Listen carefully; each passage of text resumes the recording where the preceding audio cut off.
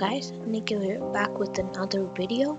And as I promised in my last video, today we're going to be building a $200 PC. To be more specific, a $200 esports gaming rig to play games like CSGO, Fortnite, PUBG, and your general FPS games. So yeah guys, let's begin.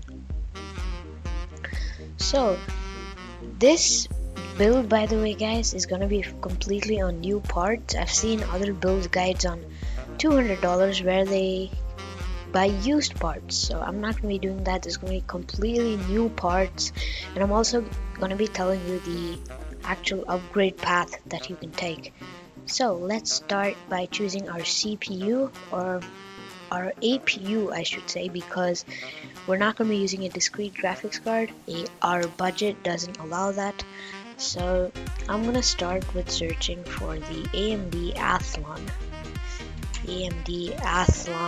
3000G.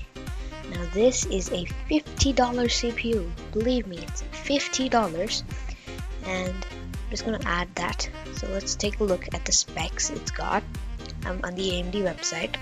So it's got 2 cores, 4 threads, and it's got 3 GPU cores. That is the GPU which is integrated into the AMD Athlon. It's got Vega 3 graphics. So it's got a base clock of 3.5 GHz, no boost clock here, so you guys have to keep that in mind. And L1 cache is 192 KB, L2 cache is 1 MB, L3 cache is 4 MB.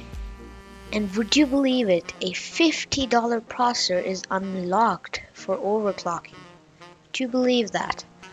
That is really good, so you can squeeze that little bit more performance out of your graphics. I meant your CPU or your APU, because this is the one with integrated graphics. So looking at the manufacturing process, it is 14 nanometer, like the 7 nanometer parts that AMD currently has, but that's not a problem since the CPU is just $50. I'm not going to be nitpicking on it.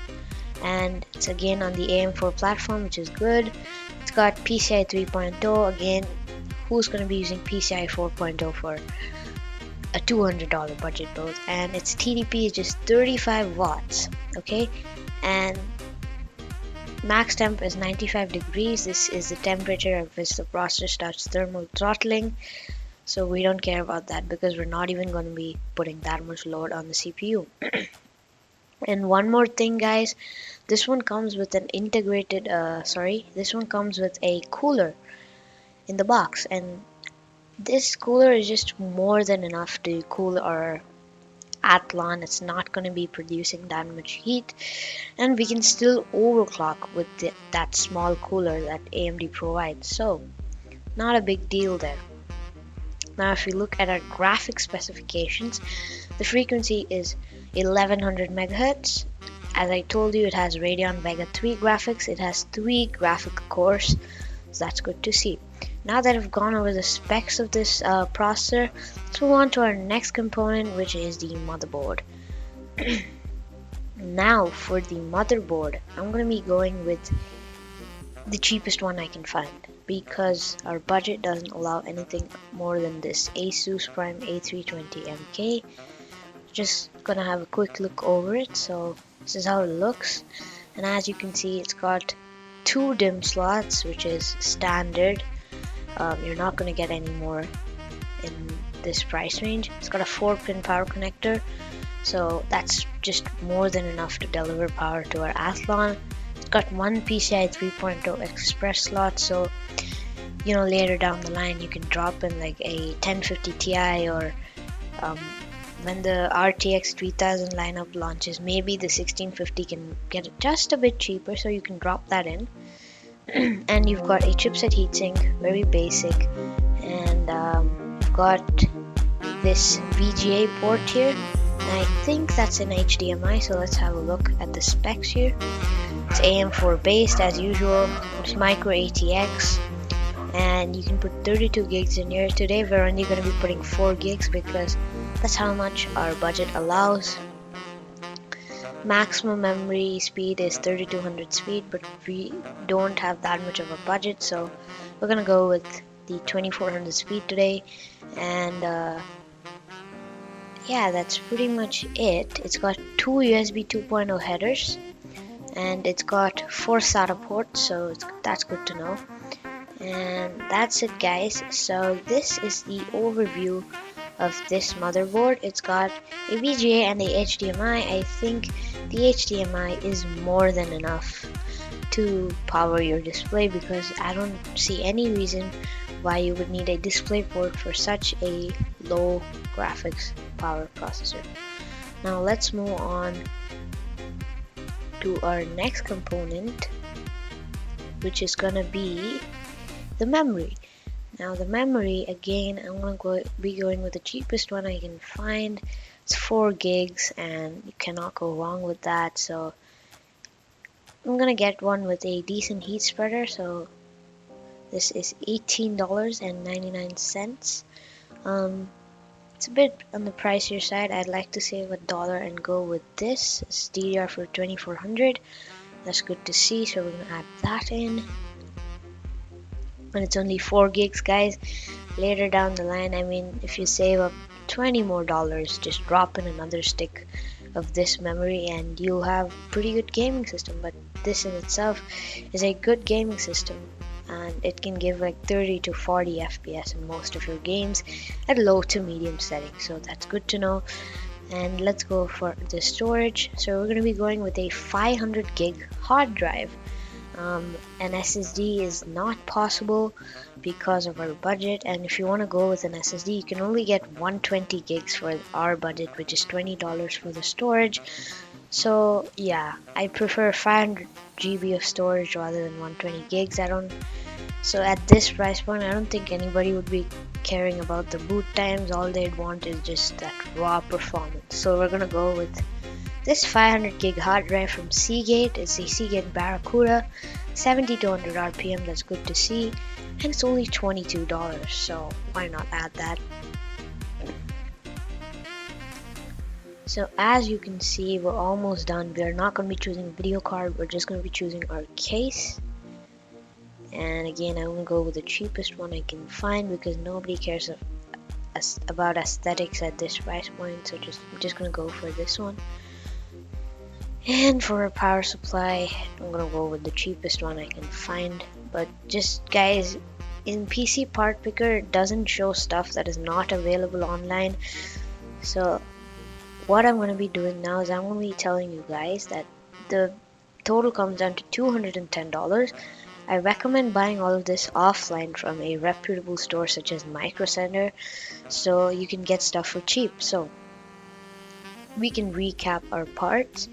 AMD Athlon 3000G, it's dual cores, it's a dual core processor, very good for the price. You're also getting integrated graphics.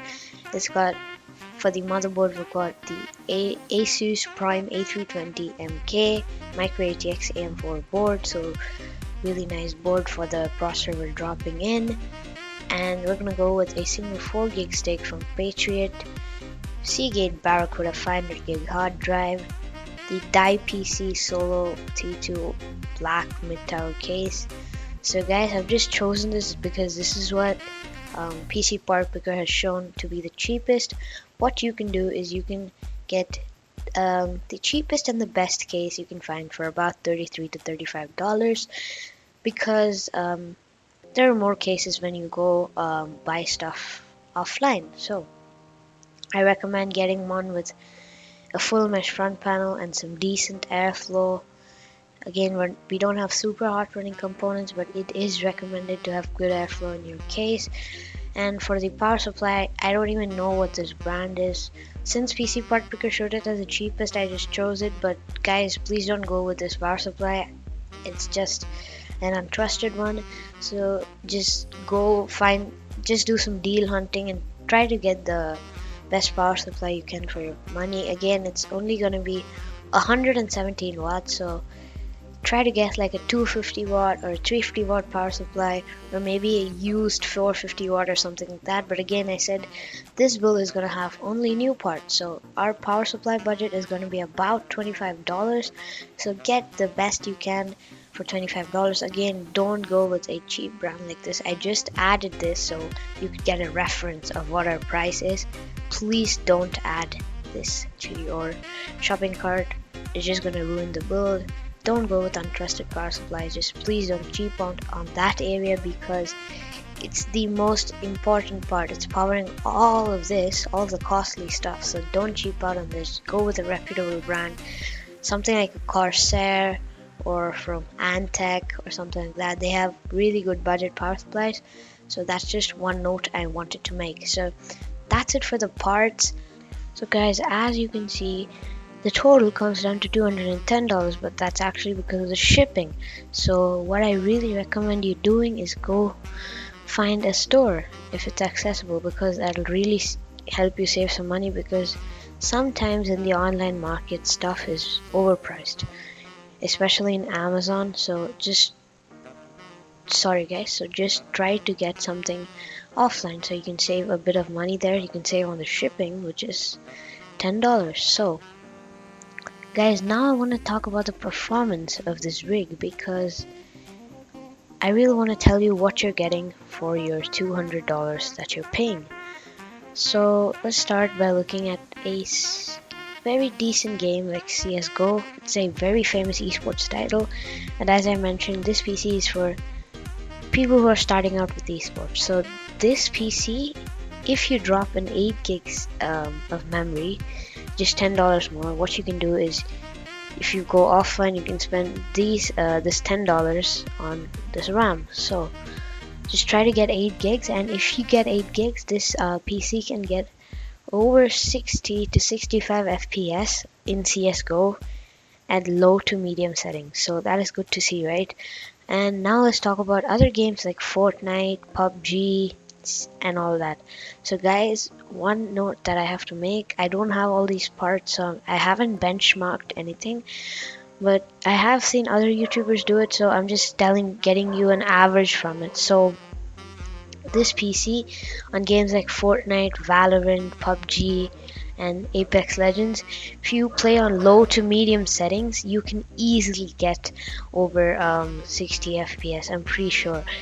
That's if you drop in 8 gigs. If you just do this exact system that I'm telling you now, you'll get 40 to 50 FPS on low to medium settings. So keep that in mind.